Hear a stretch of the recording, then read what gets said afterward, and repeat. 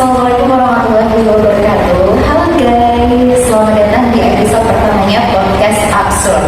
Namanya podcast Absurd ya, kalian gak salah dengar. Namanya memang se-absurd itu.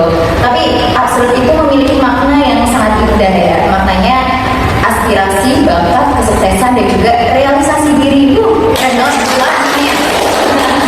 Luar biasa sekali maknanya. Ini terima kasih buat yang sudah menciptakan makna dari podcast itu karena sangat keren sekali maknanya dan sesuai dengan tema yang akan kita bahas pada podcast kali ini ya. Jadi kita mengangkat tema pengembangan minat dan bakat untuk perkembangan karir bareng sama Nuris di sini sebagai host ya. Sebenarnya Nuris juga masih bingung ya bakatnya itu di mana, tapi nggak apa-apa, kita ngobrol-ngobrol santai aja di sini sambil mencari jawabannya tentang minat dan bakat. Ngomong-ngomong soal minat dan bakat, banyak sekali narasi yang mengatakan 70% mahasiswa mengaku salah jurusan.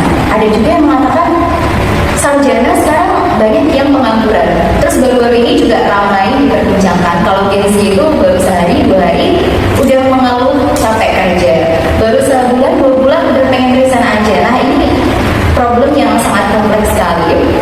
Maka dari itu kali ini kita akan membahas mengenai pengenalan diri dengan mengenali minat dan juga bakat. Tentunya Nuris juga tidak sendiri karena di sini kita sudah kehadiran narasumber yang luar biasa sekali yang tentunya sudah ahli di bidangnya. Beliau ini seorang fasilitator public leadership. Beliau juga talent mapping ya sejak tahun 2019. Beliau ini juga trainer warrior yang sudah berbagi kepada lebih dari 6.000 pemuda-pemudi di 11 kota dan juga kabupaten di Indonesia.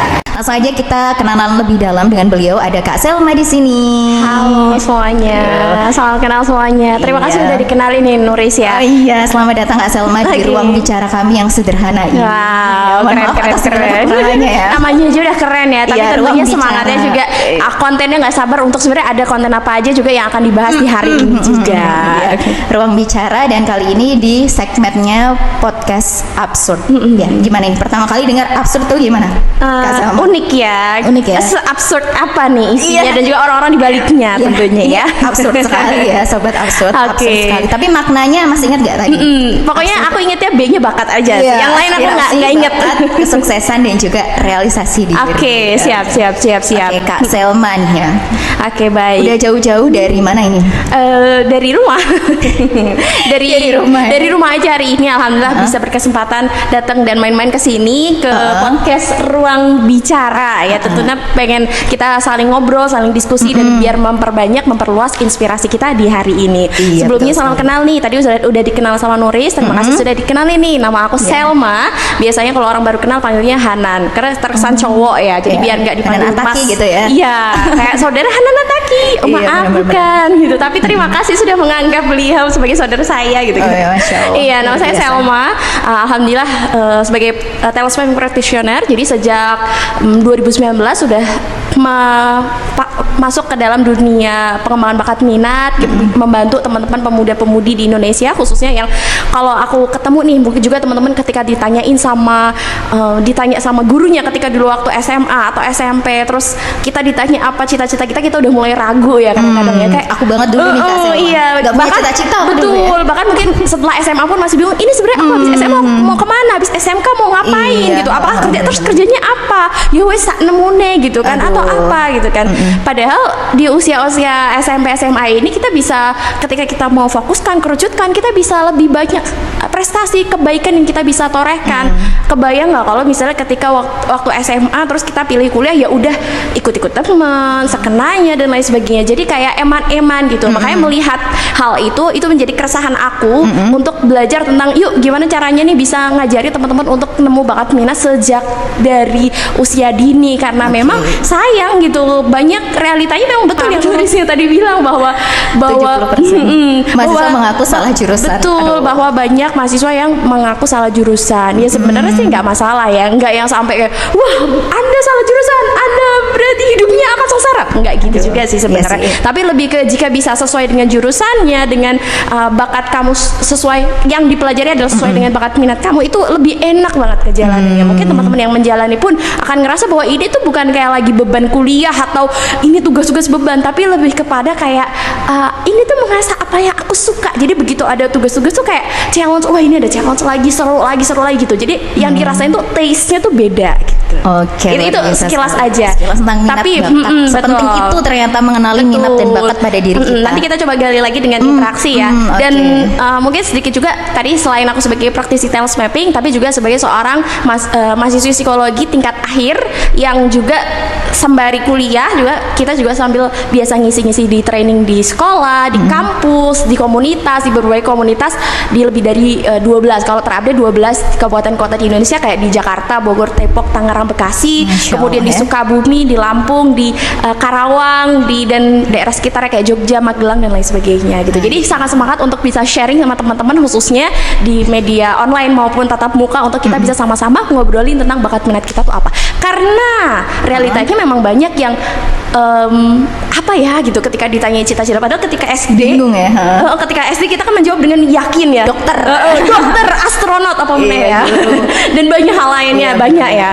Giliran dewasa realita. Betul, kita udah tertabrak dengan realita gitu ya. Ternyata untuk jadi dokter harus encer ya taknya gitu. Iya juga sih Kak Betul, Selma. astronot ternyata sekolahnya MM-an ya gitu. Ternyata soal itu, tapi selain karena biaya juga terbentuk realita, tapi juga karena kita mungkin belum banyak explore dengan diri kita gitu. Jadi yuk kita sama-sama explore dan kita diskusikan sebenarnya terkait bakat minat itu apa. Ya, luar biasa sekali. Boleh dong tepuk tangan untuk Kak Selma, ini penjelasannya sangat detail sekali ya. Nah, Kak Selma ini kan seorang talent mapping ya tadi, terus juga trainer for it juga. Berarti sekarang kesibukannya ya mengisi acara-acara di sekolah juga. Iya, jadi kita rutin ngisi acara di sekolah, di komunitas, di masyarakat. Jadi ngisi kalau misalnya biasa ada event di sekolah kan suka ada butuh materi, biasa Kak Selma ngisi di sana. Tapi selain itu juga ya biasa kita mendampingi para orang tua, bukan ya, maksudnya para lansia. Pekerja bukan, kayak ketuaan ya kalau lansia itu pekerja di usia produktif yang biasanya di dunia training. Aku bersama ikut di tim as a team di Kubik Leadership, biasanya mendampingi para pekerja yang mau naik jabatan untuk mendampingi di ruang training kayak gitu. Karena memang kalau aku amati biasanya kami kan mendampingi itu di kayak BUMN swasta kayak misalnya di Telkomsel, kemudian PLN dan banyak BUMN swasta dan juga perusahaan-perusahaan lain yang mau naik jabatan itu biasanya mereka ada tesnya dulu. Nah, tapi selain dengan tesnya itu di luar dari topik itu, maksudnya adalah aku melihat dari pola para orang-orang besar ini kan biasanya sekelas manajer dan ke atasnya. Nah itu rata-rata memang lo ini punya potensi yang terus diasah gitu. Jadi artinya adalah teman-teman punya banyak kesempatan jika mau terus mengembangkan gitu. Jadi tidak terbatas semua, lah mbak aku sudah 25 ya, aku sudah 30 tapi masih gini-gini. Enggak menutup kemungkinan gitu. Bahkan kalau kita bilang penemunya KFC ya, siapa namanya ya, nanti teman-teman boleh di search ya. Itu sudah sepuh ya. Betul, sudah sepuh, sudah lansia, usia 60 tahun tuh baru mulai bisnisnya, door to door, memulai mengasah potensinya juga di bidang itu. Artinya kan nggak ada kata terlambat. Gitu juga dengan foundernya Talent Mapping namanya Abah Rama Royani. Waktu itu beliau baru juga menyadari bakatnya itu di usia 60-an. Dan akhirnya sekarang usia 75 kalau nggak salah beliau masih aktif mengisi acara-acara untuk mengedukasi masyarakat terkait bakat minat. Dan jadi maksudnya kayak mbak aku udah usia 30 tahun, mbak aku udah usia 20-an lebih gitu.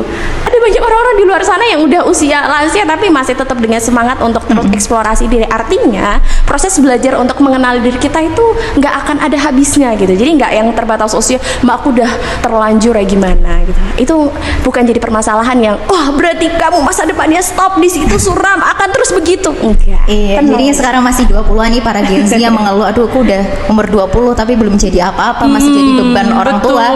Betul. Nah, jadi makanya grow up yuk, kita jangan cuma rebahan aja, kan Gen Z terkenalnya hobinya rebahan ya Kak Salma ya. Iya. Jangan cuma rebahan aja, sekali-kali ya jalan-jalan lah keluar, jangan rebahan aja. Iya, nah Kak Salma ini kan talent mapping, tadi sudah diceritain. Praktisi talent mapping gitu. Praktisi talent mapping.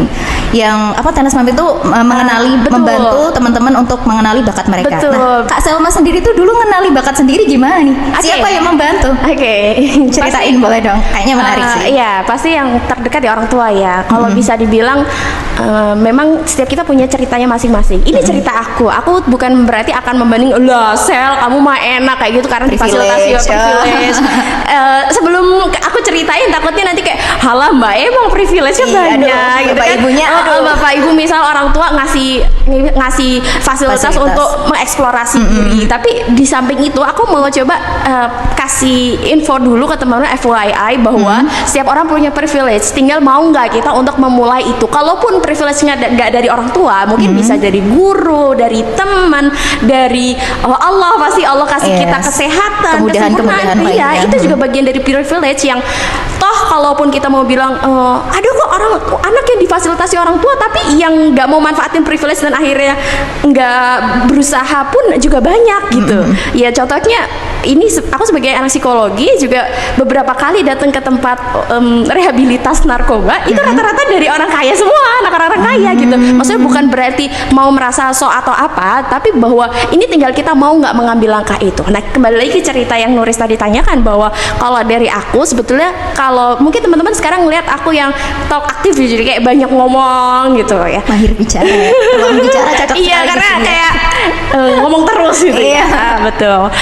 Mungkin teman-teman melihat itu di layar kaca begitu, tapi sekitar berarti 18 tahun yang lalu, 18 sampai 18 tahun yang lalu, aku adalah anak pendiam, penakut yang nggak berani untuk bicara dan ngobrol sama guru, temen, terutama suruh maju ke depan itu sangat-sangat takut gitu. Jadi lutut aku bergetar, kemudian kayak orang mau nangis lah ya gitu. Bahkan untuk maju ke depan kelas untuk ngerjain soal yang sebenarnya aku mampu dan itu mudah buat orang lain, itu tuh kayak menakutkan gitu. Jadi itu kayak semua orang tahu bahwa Selma ini si pendiam, penakut dan nggak berani. Wow. Itu di situ dulu. Waktu si SD sampai kelas 6. Semua saudara tahu bahwa aku pemalu. Saking pemalunya dulu anak-anak mungkin berani ketemu orang kalau aku sembunyi di balik kerudung ibu gitu. Aduh. Sepenakut itu. Iya. Tapi seiring berjalannya waktu SD orang tua ngajak aku untuk sering ikut training, ikutan training for kids, belajar edukasi untuk anak-anak, ketemu orang baru. Itu masih penakut, tapi lama-lama udah mulai berani. Nah waktu usia SMP banyak banget dikasih eksplorasi sama guru, dikasih kepercayaan, dikasih apresiasi, dikasih kepercayaan untuk mencoba, dikasih panggung.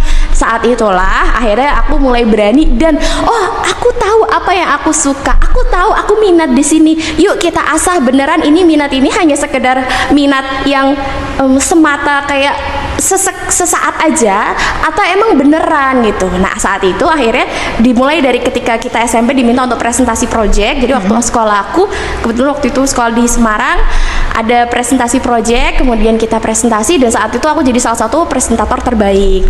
Nah dari situ dilatih, oh iya aku senang. Terus teman-teman ya ada deg-degannya, ada takutnya ada, tapi kayak takut yang pengen lagi gitu, nagih gitu, adrenalin yang menyenangkan. Nah itu tuh rasanya tuh wah seru banget gitu. Akhirnya dari situ dilatih dari sejak saat itu, dari kelas 7, kelas 8, kelas 9 akhirnya aku rutin ngisi ke acara di adik-adik, misal waktu pesantren Ramadan, kemudian waktu acara motivasi SD. Jadi aku anak SMP yang masih bocil juga ngisi bocil yang lebih bocil lagi gitu. Jadi itu dari situ. Terus SMA ternyata itu bukan hanya sesaat yang ikut-ikutan. Nah ini bedanya nanti kita akan bahas ya. Apa bedanya kalau minat aja tapi dengan passionate, dengan kita bakat itu kayak gimana? Nah rasanya adalah ketika emang itu bener-bener bakat, kamu ngelatih itu tuh mungkin orang bosanan, ala ya wes lah gini-gini doang, atau mungkin orang akan sesaat aja atau ikut-ikutan, atau mungkin faktor eksternal, lagi tren, lagi viral, aku pengen viral juga kayak dia gitu. Tapi kalau kita emang beneran bakat di situ, insya Allah kita akan ngerasa tertantang untuk lebih dan ngerasa enjoy, easy, excellent dan earn. Nanti di situ poinnya kita bahas. Sulit ya bahasanya. Tinggi sekali. Iya, jadi intinya dari situ dilatih terus dan berarti sudah dari usia kelas 7 14, 10, 11 tahun, 11 sampai 12 tahun aku berkecimpung di dunia public speaking, membersamai teman-teman di dunia training and development. Akhirnya di pekerjaan pun mimpi ke depan adalah ke arah sana. Jadi itu kayak benar-benar dilatih dari dulu. Makanya di usia sekarang akhirnya kita mencoba untuk konsisten berkarya, didukung dengan keluarga, dengan lingkungan, dan kita untuk mengusahakan hal tersebut begitu. Oke, luar biasa guys, tepuk tangan. Ternyata begitu ya ceritanya seorang talent mapping, bagaimana beliau dulunya bisa mengenali bakat dalam dirinya sendiri. Nah, tadi Kak Selma juga sempat menyinggung nih antara minat dan bakat ini Oke. sebenarnya dua hal yang berbeda nih. Nah, kali ini kita akan ngebahas mengenai minat dan juga bakat. Sebenarnya ini tuh dua hal yang berbeda atau sama aja sih. Nih misalnya nih Kak, kamu itu banyak orang bilang jago nyanyi, tapi ternyata kamu fokusnya malah nggak ke nyanyi, ke fokus yang lain. Ada juga misalnya kamu suka sepak bola, tapi giliran main sepak bola, kamu malah nggak jago-jago amat di sepak bola. Nah, ini sebenarnya perbedaan dari minat dan bakat itu seperti apa sih Kak Selma? Oke, baik. Jadi kita mulai dulu dari perbedaan minat dan bakat. Kemudian yang kedua adalah kok ada yang komen begini tapi sebenarnya nggak sejago itu. Dua poin itu dulu ya. Nah, pertama adalah perbedaan minat bakat itu apa? Jadi kalau kita bicara minat itu apa yang kita senangi. Oh, kita kayaknya nih suka tertarik dengan hal itu. Nah, itu dulu minat. Nah, kalau bakat adalah hal yang kaitannya dengan hal produktif yang ketika kita berulang kali lakukan, nah hal tersebut itu akan menjadi suatu hal yang bermanfaat juga, tapi kita ngerasa seneng gitu. Kita ngerasa gampangnya tuh gini, enjoy, easy, excellent, dan earn. Nah itu kalau bakat tuh di situ. Dan ketika dilatih itu emang kita hasilnya bisa excellent gitu. Ketika itu dilatih, kita mempelajari itu lebih mudah.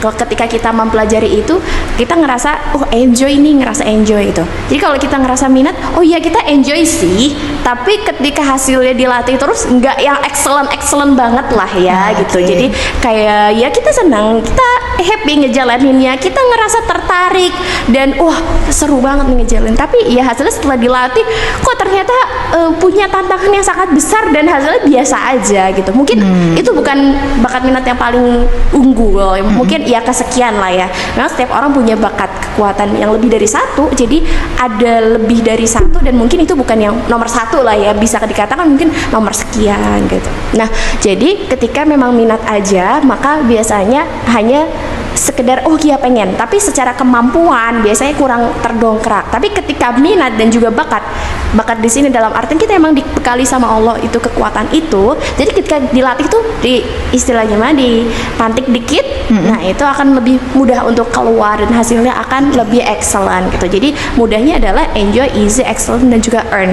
Enjoy itu mudah, kamu ngelakuinnya dengan ngerasa itu mudah. Ketika orang lain bilang aduh susah nih, tapi buat kamu mudah kok, nggak seberapa sulit kok. Terus juga ngerasa enjoy, easy, enjoy itu kita ngerasa senang, kemudian easy yang tadi, dan excellent, hasilnya itu excellent, sempurna, bagus, melebihi rata-rata, dan earn, menghasilkan, earn, E-A-R-N ya. Ya, earn menghasilkan apa? Menghasilkan manfaat, menghasilkan lama-lama dari menghasilkan manfaat itu akan menghasilkan uang juga gitu, menghasilkan banyak-banyak pundi kehidupan. Jadi pundi enak ya, uang. enak ya Kak Selma kalau misalnya kita tuh bisa mendapatkan penghasilan dari passion kita. Kita suka dengan pekerjaan itu. Nah, suka dengan pekerjaan itu. Nah ini tadi juga Nuris juga sempat menyinggung nih, Gen Z. Ini baru sehari 2 hari kerja udah ngeluh, baru sebulan 2 bulan kerja udah pengen resign. Nah ini gimana sih Kak Selma, kan jadi gini ya, merugikan perusahaan dan lembaga tempat dia bekerja kan jadinya kalau seperti itu. Nah gimana nih untuk mengatasi Gen Z supaya nggak seperti itu lagi, supaya mereka tuh betah lah minimal, bukan karena betah, karena butuh juga sih. Kalau kita tarik ke Gen Z ya, memang banyak faktor. Kita nggak bisa bilang bahwa oh mungkin karena dia nggak sesuai bakat aja. Sebenarnya banyak faktor ya, karena memang secara psikologis kami diajarin untuk tidak menyimpulkan suatu kejadian kemudian disimpulkan oh pasti karena ini, oh faktornya karena ini gitu, karena satu faktor tertentu aja. Tapi yang kami selalu diajarin adalah apa yang tampak dari seseorang, apa yang tampak dari perilaku seseorang, pasti di baliknya ada banyak faktor. Apakah memang karena Gen Z banyak yang resign, oh mungkin karena dia mendapatkan peluang yang lebih bagus, atau oh dia mungkin dapetin prospek yang lebih bagus lagi, atau mungkin memang bisa disambi, kenapa tidak? Kita kan di sini punya banyak peluang ya, ketika memang akses internet semakin banyak, kita dapat banyak penawaran, ya kenapa tidak? Atau mungkin memang bisa jadi secara kemampuan ketahanan banting, istilahnya mah ya, banyak yang bilang generasi strawberry ya, yang mungkin sandwich yang lemah itu ya. Generasi strawberry itu kan kayak kita ditekan dikit tuh udah lembek gitu. Ada yang bilang bisa jadi karena itu juga, bisa jadi ya karena banyak faktor lain yang mungkin akan harus kita cari tahu juga. Jadi kalau bilang Gen Z ini biar nggak gampang keluar, kita cari tahu dulu apa sebabnya. Nah, umum terjadi juga secara riset juga bahwa Gen Z banyak yang belum lama terus keluar. Nah, itu bisa jadi beberapanya emang karena banyak peluang yang semakin terbuka. Banyak peluang. Tapi di satu sisi juga ya itu bisa jadi salah, bisa jadi tidak salah, sah-sah aja Iya sih, gitu. benar-benar. Tapi Hak mereka untuk resign atau betul, menetap di pekerjaan itu. yang paling penting kan kita, jadi kalau kita di talent meeting diajarin juga talent, attitude, skill dan juga knowledge. Kita punya talentnya, tapi kalau kita attitude-nya nggak bagus dalam artian menyalahi kontrak, kita udah kontrak tapi ternyata attitude kita langsung aja. Nah, itu kan bagian dari attitude-nya nggak bagus. Skill, knowledge. Kita skill dan knowledge-nya bagus, tapi attitude-nya ternyata nggak bagus, kan sama aja ya Mbak Nuris ya gitu. Iya. Jadi memang kita butuh 4 ini. Katanya adab di atas ilmu kan? Betul, ada di atas ilmu. Percuma aja, mohon maaf, percuma aja ketika skill, knowledge dan juga talentnya bagus, tapi ternyata attitude-nya nol. Gitu Yes. ya. Jadi memang talent, attitude, skill dan juga knowledge ini adalah satu kesatuan yang nggak boleh dilupakan ketika memang kita mau berkarya secara serius dengan bakat minat kita dan menjadi seorang yang bermanfaat, yang sukses di bidangnya. Nah, ini juga lagi ramai juga nih Kak, perbincangan antara introvert dan juga ekstrovert. Oke. Ya, misalnya dari sisi introvert ya. Banyak bilang tuh orang-orang introvert mengklaim diri mereka tuh introvert. Aku tuh introvert, aku nggak bisa ini, nggak bisa itu. Tapi aku juga sekarang sering nonton di YouTube kayak Boy William, terus juga konten kreator yang lain. Mereka tuh juga mengklaim diri mereka tuh introvert. Bahkan Ria Ricis yang sehebring itu, dia mengklaim diri dia tuh introvert. Kalau di luar kamera dia pendiam, nggak suka bersosialisasi. Tapi pada kenyataannya branding yang dia ciptakan kan seorang yang ramah, pintar. Tapi kenapa bisa mengklaim diri mereka introvert ya? Banyak. Sebenarnya introvert tuh penjelasannya secara pasti tuh kayak gimana sih Kak Selma? Jadi kalau kita bicara introvert, extrovert ini kajiannya banyak ya. Beberapa kajian menyampaikan, kalau dosen aku pribadi menyampaikan bahwa introvert, extrovert itu mitos. Iya sih. Iya Ada sih, beberapa mitos yang juga ya. menganut hal tersebut gitu. Jadi kayak itu hanya suatu hal yang tidak betul-betul ada. Kita tuh mampu. Cuman memang ya emang di satu sisi juga ada kajian juga yang menyampaikan bahwa emang itu adanya. Sebetulnya bukan terkait mampu nggak mampu. Kalau mampu mah semuanya jika ada keinginan, ada niat, motivasi, insya Allah semuanya mampu. Tapi mungkin lebih kepada ketika introvert baterainya lebih mudah habis ketika habis ketemu banyak orang. Tapi kalau extrovert justru baterainya akan Recharge recharge energi lagi. energi ketika ketemu banyak orang. Kayak Oke, gitu. seperti itu. Berarti aku introvert parah sih. Aku introvert parah, tapi kerjanya ketemu banyak orang terus. Jadi setiap pulang kerja itu langsung, aduh lemes banget, aduh capek banget. Nah itu bisa dipertimbangkan mungkin untuk prospek Kedepannya, gitu. Makanya kan pengen nggak ada jadi, salahnya. pengen di rumah aja gitu ya suatu saat. Kalau Kak Selma apa nih? Kalau aku extrovert sih. Extrovert Kalau aku ya? di rumah justru aku kayak Pusing nggak ya, ada aduh, energi. aku betah banget lagi kalau di rumah Kak Selma kalau lagi nggak ngapa-ngapain. Ya, tapi ketika aku kerja full time kerja, karena kan sekarang part time kerja aja. Kalau full time kerja, ya kadang kalau udah pulang kerja, kayaknya nggak mau dia ganggu apa-apa, lebih ke lelah fisik juga kan. Itu suatu hal yang wajar, aku pikir ya. Jadi lelah fisik itu suatu hal yang wajar. Tapi ketika memang mungkin kapan-kapan cobain pas lagi nggak kerja full time, nah itu kayaknya agak kerasa deh. Atau mungkin dulu, atau mungkin kapan-kapan ada masanya mungkin akan ngerasa ini sebenarnya lelah itu lebih ke lelah fisik yang emang capek karena banyak deadline kerjaan, atau memang introvert extrovert kan bisa Kayaknya capek sih, kan manusia ya, bukan robot ya. Manusia pasti ada lelahnya. Malah aneh Kak Selma kalau nggak ada lelahnya, ini manusia apa robot ya? betul. Oke Kak Selma, ini mungkin banyak Gen Z yang bertanya-tanya nih, gimana sih cara untuk mengenali minat dan bakat dalam diri? Maksudnya apakah ada teknik khusus tesnya kayak, atau kita harus melakukan apa sih supaya tahu bakat aku tuh apa? Jadi simpelnya adalah semakin banyak kita berkegiatan, semakin banyak kita eksplorasi, kita akan lebih mudah menemukan bakat minat kita di mana. Itu dulu dasarnya. Karena banyak di antara kita orang-orang tua yang punya anak-anak, atau juga kita yang ya para Gen Z atau dan yang lainnya adalah banyak yang menganggap kayak kok aku nggak ketemu sih bakat minat aku di mana. Padahal realitanya dia lebih banyak di kamar, nggak ketemu orang, jarang mengambil peran, jarang ikut organisasi, dan jarang ya udah ke kuliah pulang, atau kerja pulang, tapi nggak ada eksplorasi yang benar-benar dilakuin. Sekolah pulang udah gitu aja. Karena pada dasarnya ketika kita mau menemukan bakat minat kita perlu untuk banyak eksplorasi dulu. Itu dulu dasarnya. Pun begitu juga ketika kita bicara tahapannya ya. ST itu tahapan explorer khususnya.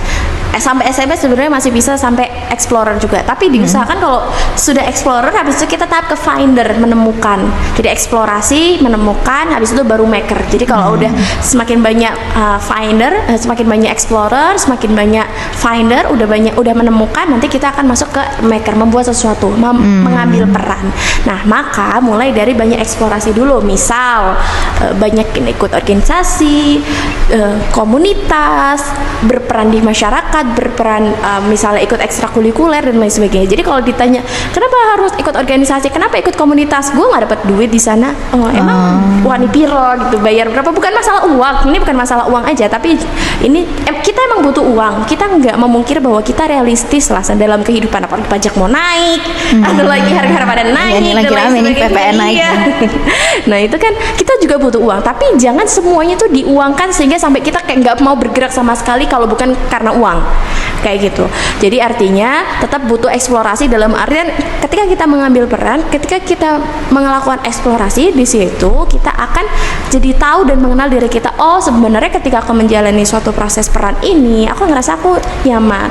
Oh, aku ngerasa enjoy ngejalannya, easy, excellentnya ada ketika udah dilatih terus menerus secara intens, dan juga earn-nya ada begitu.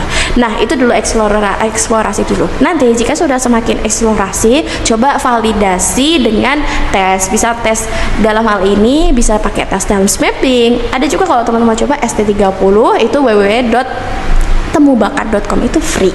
Teman-teman bisa baca di situ. Hasilnya apa tuh biasanya, Kak? Nanti hasilnya teman bisa ketahuan, teman-teman tuh cenderung lebih nyaman kerja di balik layar atau di depan layar. Itu berarti langsung profesi gitu. Betul, hasilnya langsung profesi, lebih ke peran, communicator, atau kamu seorang yang technical, atau seseorang jurnalis. Jadi itu kayak peran-peran yang kaitannya dengan itu, atau caretaker, orang-orang yang punya caretaker yang tinggi, merawat orang, bagus dalam peran-peran merawat orang. Nah itu nanti hasilnya di situ, itu free, gratis, dan banyak banget tes lain. Sebenarnya kalau kita bicara tes itu ada banyak banget ya. Mungkin kalau teman-teman tahu DISC, teman-teman tahu MBTI, tahu yang lain, banyak banget ya. Kalau kita bicara tes itu banyak alatnya, ada yang gratis, ada yang berbayar. Selain itu juga di Talent Mapping ada juga Talent Mapping Assessment yang full assessment. Nanti di situ sampai keluar hasilnya, personal branding kamu tuh sampai kemana, personal branding kamu apa, terus habis itu mana yang itu minat doang tapi bukan bakat, mana yang bakat doang kamu nggak minat, mana yang bakat minat, mana yang kamu bukan dua-duanya gitu. Ada 114 plus sekian gitu ya, ada banyak banget kotaknya di situ. Nanti dari situ ketahuan nih checklistnya. Kalau kok putih semua, nggak ada bakat, nggak ada minat, artinya kamu kurang eksplorasi gitu. Ada juga kalau teman-teman tahu juga ada tes sidik jari, tapi tes sidik jari banyak dari HIMSI, Himpunan Psikolog Indonesia, juga banyak yang masih belum valid gitu ya. Kita nggak bilang belum valid, tapi masih diperdebatkan gitu. Ada yang pro, ada yang belum pro, masih kontra gitu, karena memang banyak aspeknya. Jadi secara penelitian pro kontra gitu. Tapi kalau misalnya secara psikologi sendiri, kita ada tes-tes yang bisa digunakan untuk ngecek ini valid gak bakat minat kita. Jangan sampai kita kayak klaim aja sih, self claim. Tapi kalau misalnya udah yakin dan memang bisa dibuktikan dengan enjoy, easy, excellent, dan earn. Excellent itu dalam hal artian kita ngerasa itu hasilnya bagus, sempurna, atau lebih unggul, atau terus bukan hanya dari kita tapi juga pengakuan orang lain. Iya nih ternyata bagus loh kamu kalau lagi bikin video, atau misalnya kamu ternyata ketika lagi ngomong gitu, ngomong atau dan lain peran-peran lain, lagi nulis tulisannya bagus. Kamu orangnya care banget, kok kayaknya anak-anak tuh bisa gampang deket sama kamu, atau mungkin kalau ada analisa tuh kamu kayaknya analisa tuh tepat, dalam, akurat, terstruktur. Nah itu kan nggak semua orang punya. Nah itu bisa coba dapat sudut pandang dari orang lain, sudut pandang dari kita. Karena kalau pakai teori Johari Window itu ada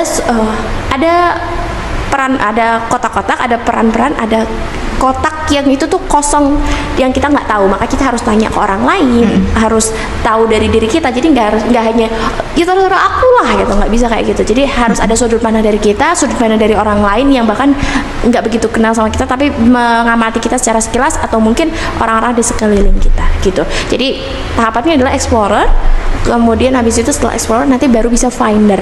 Sebenarnya bisa aja sih ada beberapa tahapan tes yang bisa langsung kayak beberapa kayak sidik jari itu bisa membantu. Cuman memang tadi masih pro kontra gitu. Dibalik lagi ke kita yakin yang mana aja Yang sih. penting mulai aja dulu ya, dan Yang penting jangan adalah- takut untuk mencoba ini Betul. itu ya. Semua dicoba, apalagi kalau kamu masih muda, usia 20-an atau belasan tahun, itu wajib untuk belajar kemana-mana sih. Dicobain semua, semua menulis, terus membaca, public speaking juga semua dicoba, ikut banyak komunitas. Nah itu akan ngebantu banget buat kita menemukan minat dan bakat kita di mana ya Kak Selma. Betul, karena memang kita harus punya modal growth mindset gitu. Gimana kita mau bertumbuh, pikiran untuk mau terbuka bertumbuh, bukan yang kayak fixed mindset kayak, lah aku kan nggak punya privilege kayak kamu mbak, Iya, ya kan aduh. kamu nggak Adu nasib itu mah langsung jadi. malah jadi adu nasib kan, itu nggak akan selesainya. nggak akan toh selesai. toh orang yang punya privilege itu pun juga punya ujian yang kita nggak pernah tahu. Iya, Atau benar. mungkin ya kan aku udah sibuk mbak, ya kan itu. Padahal kan eksplorasi itu nggak harus ketemu orang langsung. Misalnya kan sekarang ada internet, ada HP, sekarang bisa dimanfaatin. Sekarang course itu sangat banyak, baik yang gratis maupun berbayar. Jangan, kadang-kadang kita gini, kita buat check out sesuatu barang kita nggak gitu mikir, buat beli suatu barang, oh HP-nya keren atau apanya keren gitu. Tapi begitu untuk investasi leher ke atas dalam artian untuk pengembangan diri kita, untuk ilmu kita ngitungnya bukan main sampai kita nggak mau membeli itu. Padahal itu bagian dari investasi di masa depan gitu. Jadi ilmu itu juga investasi kita di masa depan gitu. Jadi harus punya model growth mindset gitu. Iya, betul sekali. Apalagi buat kamu yang lagi di usia kerja setelah lulus S1 mau kemana? Gimana Kak? Iya, nah itu kalau udah Seberapa penting minat dan penting karir banget. gitu? Penting banget.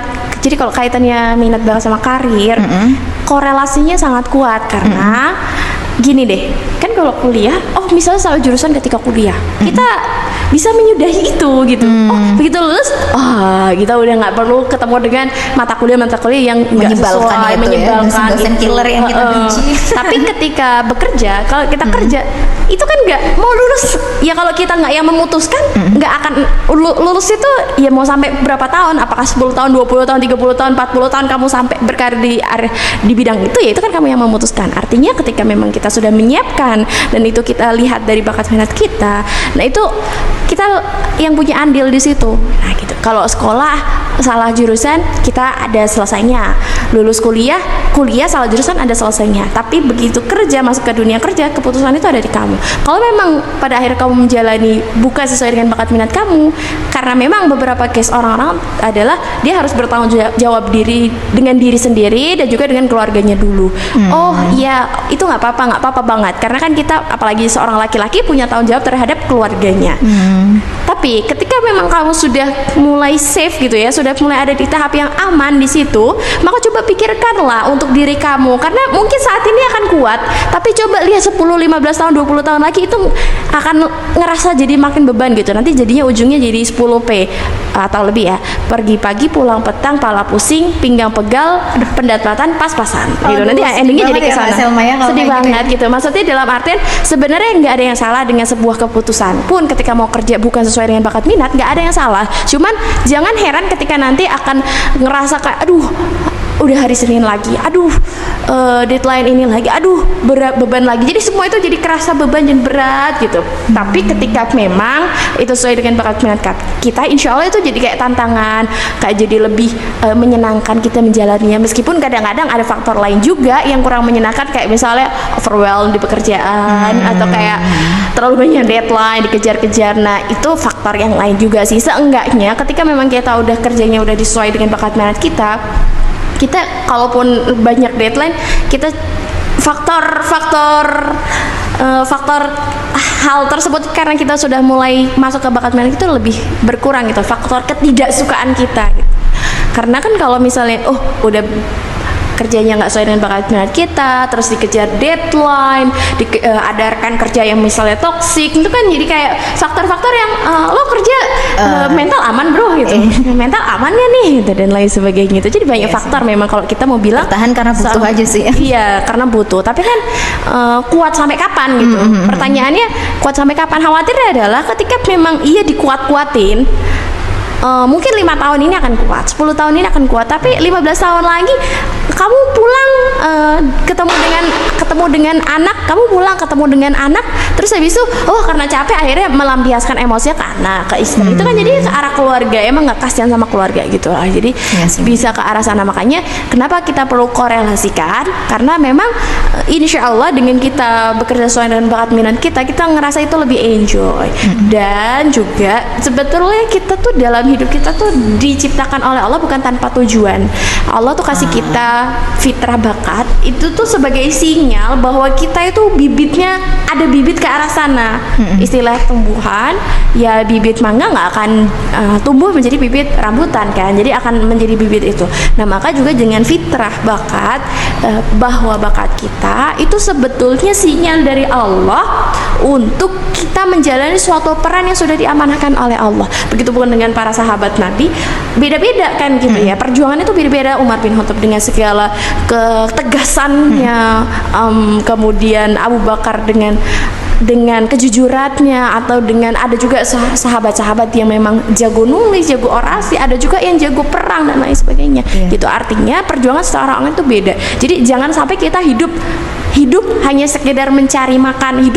Jika hidup sekedar mencari makan, maka apa bedanya dengan kera gitu ya? Kalau kata Buya Hamka, jika hidup sekedar hidup, maka apa bedanya kamu dengan kerbau di sawah? Apa bedanya kita dengan monyet di hutan dan lain sebagainya? Kan semua makhluk juga mencari makan, kita juga cari makan. Tapi kalau sekedar kerja kita hanya untuk ya udah cari makan, udah selesai buat keluarga kita, nggak salah sih. Tapi apa kita mau sih disamain sama hewan kan? Yang kerja sekedar ya udah butuh cari makan, itu aja, sampai di situ aja kayaknya kita perlu punya value lebih tinggi. Misalnya apakah ada sesuai dengan passion kita, kemudian dari situ kita akan senang menjalaninya dan memberikan nilai lebih, memberikan manfaat yang lebih luas, memberikan kebaikan, kebermanfaat dari situ yang lebih luas dari setiap peran-peran pekerjaan kita. Artinya pekerjaan kita bukan sekedar kita butuh uang, itu suatu hal yang baik dan tidak salah. Namun jika bisa lebih dari itu, maka insya Allah kita akan ngasih lebih banyak manfaat.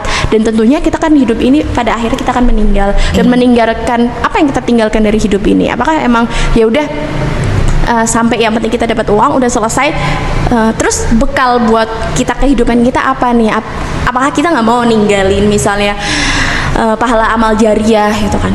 Barangkali dengan kita mengerjakan sesuai dengan passion bakat minat kita, itu jadi lebih bikin kita lebih semangat lagi untuk memperjuangkan nilai-nilai itu dan menjadi amal jariah. Jadi endingnya gitu. Jadi kalau kita memandang kehidupan, betul memang yaudah cari uang itu capek, tapi kita usahakan untuk sama-sama memperjuangkan nganggur lebih capek sih.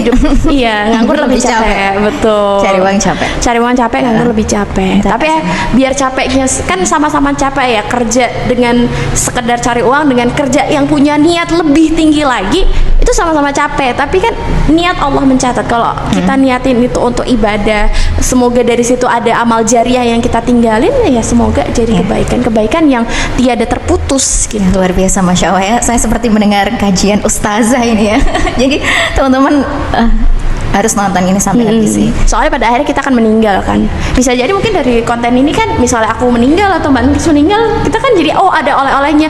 Dulu barangkali nanti habis itu jadi kebaikan menginspirasi. Amal jariah ya Kak Salma. Betul. Walaupun dari hal-hal kecil, misalnya teman-teman di sini kita nggak pernah tahu teman-teman di balik layar ternyata punya andil besar terhadap suatu project, suatu karya.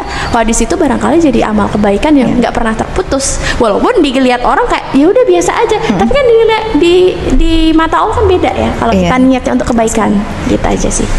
Oke Kak Selma, ini ada pertanyaan juga nih dari Sobat Absurd nih, katanya apakah ada platform atau komunitas belajar tertentu untuk mengembangkan minat dan juga bakat?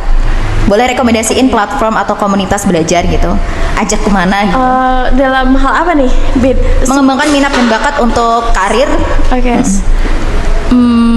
Kalau untuk karir aku kebayang career class ya. Jadi teman-teman bisa cek aja di Instagram career class, itu program pengembangan karir yang keren sih. Aku lihat programnya juga bagus-bagus. Jadi bisa ke sana, di sana ada career class tuh per wilayah deh kayaknya. Cuman aku kurang paham juga untuk teknisnya. Terus habis itu kalau buat komunitas pengembangan karir sebenarnya balik lagi, kalau kamu udah tahu apa karir yang mau dituju, ya udah langsung gabung aja di komunitas tertentu itu. Misalnya fotografi ya udah fotografi, misal komunitas pertanian ya udah ke pertanian dan lain sebagainya itu semuanya ada kalau kita mau cari itu. Oke, jadi itu ya guys ya. Pokoknya mulai dulu kamu sukanya apa, langsung aja dicari, difokusin di situ. Nanti lama-lama juga kita akan menemukan bakat kita sendiri juga ya Kak Selma ya. Kalau kita ada kemauan, insya Allah ada jalan. Nih Kak Selma, mungkin ini closing statement ya. Mungkin apa pesan dan juga nasihat yang ingin Kak Selma sampaikan kepada Sobat Absurd yang lagi nonton, terutama Gen Z yang sedang bingung arah hidup tuh mau kemana. Oke. Boleh kasih pencerahan banyak, jangan sedikit, pencerahan banyak. Oke, pertama adalah kita nggak pernah tahu masa depan kita tuh kayak gimana, maka yuk perjuangkan dengan kita banyak eksplorasi dan juga punya growth mindset. Karena kalau misalnya kita udah punya pikiran yang tertutup, nggak mungkin ada negative thinking atau meragukan diri kita, ya gimana orang lain bisa yakin terhadap kita kalau kita aja meragukan diri kita. Percayalah bahwa Allah tuh nyiptain kita tuh sempurna dengan keunikannya masing-masing. Maka jangan terlalu fokus sama kekurangan kita, aku mah kurang gini, nggak akan diselesainya. Maka coba gali dan juga explore kelebihan kita biar kita bisa coba untuk maju ke depannya. Kita nggak pernah tahu masa depan kita, maka usahakan kemudian dicoba untuk terus bertumbuh gitu. Jadi ketika ada kemauan, insya Allah ada jalan. Dan fokus pada kekuatan, siasati keterbatasan. Bukan fokus pada keterbatasan, tapi fokus aja sama kekuatan. Insya Allah keterbatasan itu bisa disiasati dengan kolaborasi, dengan jalan bareng, dan juga sama-sama untuk menjalani kehidupan kita. Insya Allah bisa disiasati gitu. Jadi fokus sama kelebihan kita, insya Allah kekurangan kita nggak akan kelihatan begitu. Masya Allah, luar biasa sekali ya. Tepuk tangan dong teman-teman semuanya untuk Kak Selma hari ini yang sudah memberikan motivasi dan juga nasihat-nasihat baiknya. Semoga juga bisa menambah semangat kita, konsistensi kita, dan jangan minder ya. Saya juga orangnya sangat minderan nih Kak Selma ya. Jadi saya juga terus belajar untuk selalu membangun rasa percaya diri gitu. Membangun relasi apalagi penting sekali. Narasi-narasi, aduh orang dalam, wah parah sih, orang dalam itu memang sangat membantu ya. Jadi kalau bisa orang dalam kenapa enggak? Ya pokoknya intinya perbanyak relasi aja, karena kalau kita memperbanyak silaturahmi juga rezeki itu insya Allah akan datang terus menerus dan mengalir seperti air. Betul. Oke, untuk minat dan bakat mungkin seperti itu ya. Kak Selma, terima kasih banyak sudah menyempatkan waktu untuk hadir di ruang bicara, terutama di episodenya podcast Absurd, yaitu pengembangan minat dan bakat untuk perkembangan karir. Semoga setelah ini Sobat Absurd yang nonton video ini atau dengar podcast ini bisa makin tahu passionnya dan tahu arahnya mau kemana. Pokoknya intinya mulai aja dulu, jangan kebanyakan mikir, bingung, karena semuanya kalau dipikirin itu berat, tapi kalau dijalani insya Allah ringan banget. Jalanin. Kasih banget ya. Ya pokoknya jangan terlalu banyak dipikirin, jalani aja dulu, mulai aja dulu. Insya Allah nanti kalau kita mau melangkah akan dimudahkan oleh Allah Subhanahu Wa Taala. Oke, mungkin segitu aja podcast kita kali ini. Mohon maaf apabila Nuris banyak kesalahan. Dan Kak Selma, sekali lagi kami ucapkan terima kasih. Mohon maaf atas kekurangan dari kami yang sederhana ini ya, dengan jamuan yang sangat sederhana. Semoga nanti nggak kapok dan nggak bosan ya untuk mampir lagi kemari. Dan buat Sobat Absurd dimanapun kamu berada, silakan bisa komen di bawah. Nanti kita mau bikin podcast lagi apa enggak ya? Nunggu mood baik dulu baru kita tag lagi mungkin ya. Bisa komen kira-kira mau undang siapa? Mau undang kenapa? Atau tentang apa? Iya, atau tentang apa boleh banget yang lagi relate, atau keresahan kalian mau dibahas, atau kalian mau curhat di sini juga boleh sekali. Kami siap mendengarkan curhatan dari Sobat Absurd dimanapun kamu berada. Oke, sekian dulu untuk podcast kali ini. Sampai jumpa lagi di episode berikutnya. Nuris pamit undur diri. Bye bye. Wassalamualaikum warahmatullahi wabarakatuh. Terima kasih.